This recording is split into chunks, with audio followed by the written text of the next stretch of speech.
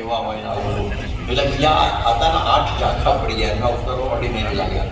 એટલે પછી ઉતારે જઈ અને એને પોતામાં પૂર્યું કે શું છે કે દર્દી નાખવા લઈ જઈએ છીએ, મારી નાખો એવું પેલો કે હું પ્રતિજ્ઞા લઉં છું વધારોમાં હવે આ પ્રમાણે વાત નહીં કરું, પ્રવચન નહીં કરતા, માંડ માંડ કાઢ્યું. આવું પ્રમાણે જીવાય છે. જ્યાં મહારાજની આજ્ઞાથી મુક્તાનંદ સ્વામી વડોદરાની સભા જે હતી એમાં ઈર્ષા ઉપર હવે વાત આવી થોડુંક પછી.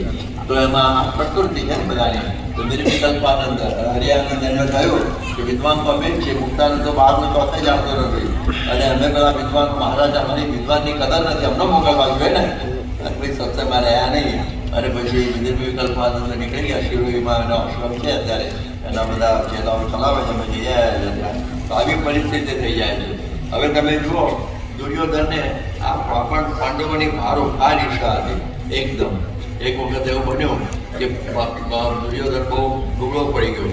દુર્યોધને પૂછ્યું આપણે શું કહેવાય ધૃતરાષ્ટ્ર હાથ પેઢ્યું આમ તો કડું એને ઉતરી ગયેલું. આ એક હતો નહીં કે આપણે ડૂબળો પડી ગયો છે, શું થયું છે ભાઈ, કંઈ આપણે બોલાવ્યા હોય તેને કે ના ના એવું કરશું. પછી છે શું કે આજે આપણી સામે જે ઇન્દ્રપ્રસ્થ છે ને એમાં યુધિષ્ઠિરના ત્યાં 10,000 બધા બ્રાહ્મણો, આ બધા સ્નાતકો બધા ત્યાં જમે છે. અને પછી અહીં પસાર થાય છે મારા મહેલ આગળથી યુધિષ્ઠિર મહારાજો જય હો જય હો જય હો કરતા. એ બધું સાંભળીને મને તબિયત બગડી ગઈ છે આગળ. હવે કોઈ લેન કોઈ દે એમાં વચ્ચે ઠાલો ભરી મળે. આવા ઈર્ષા અસૂયા મત્સરના બધા રોગો બધા ઘણાને બધા હોય છે. એટલા માટે આ ઈર્ષાની વાત આવી બહુ. ક્લાઇમેક્સ તો ક્યારે થઈ કે જ્યારે દાદા ખાચરનું મહારાજ બહુ રાખતા ત્યારે જેવા ખાચર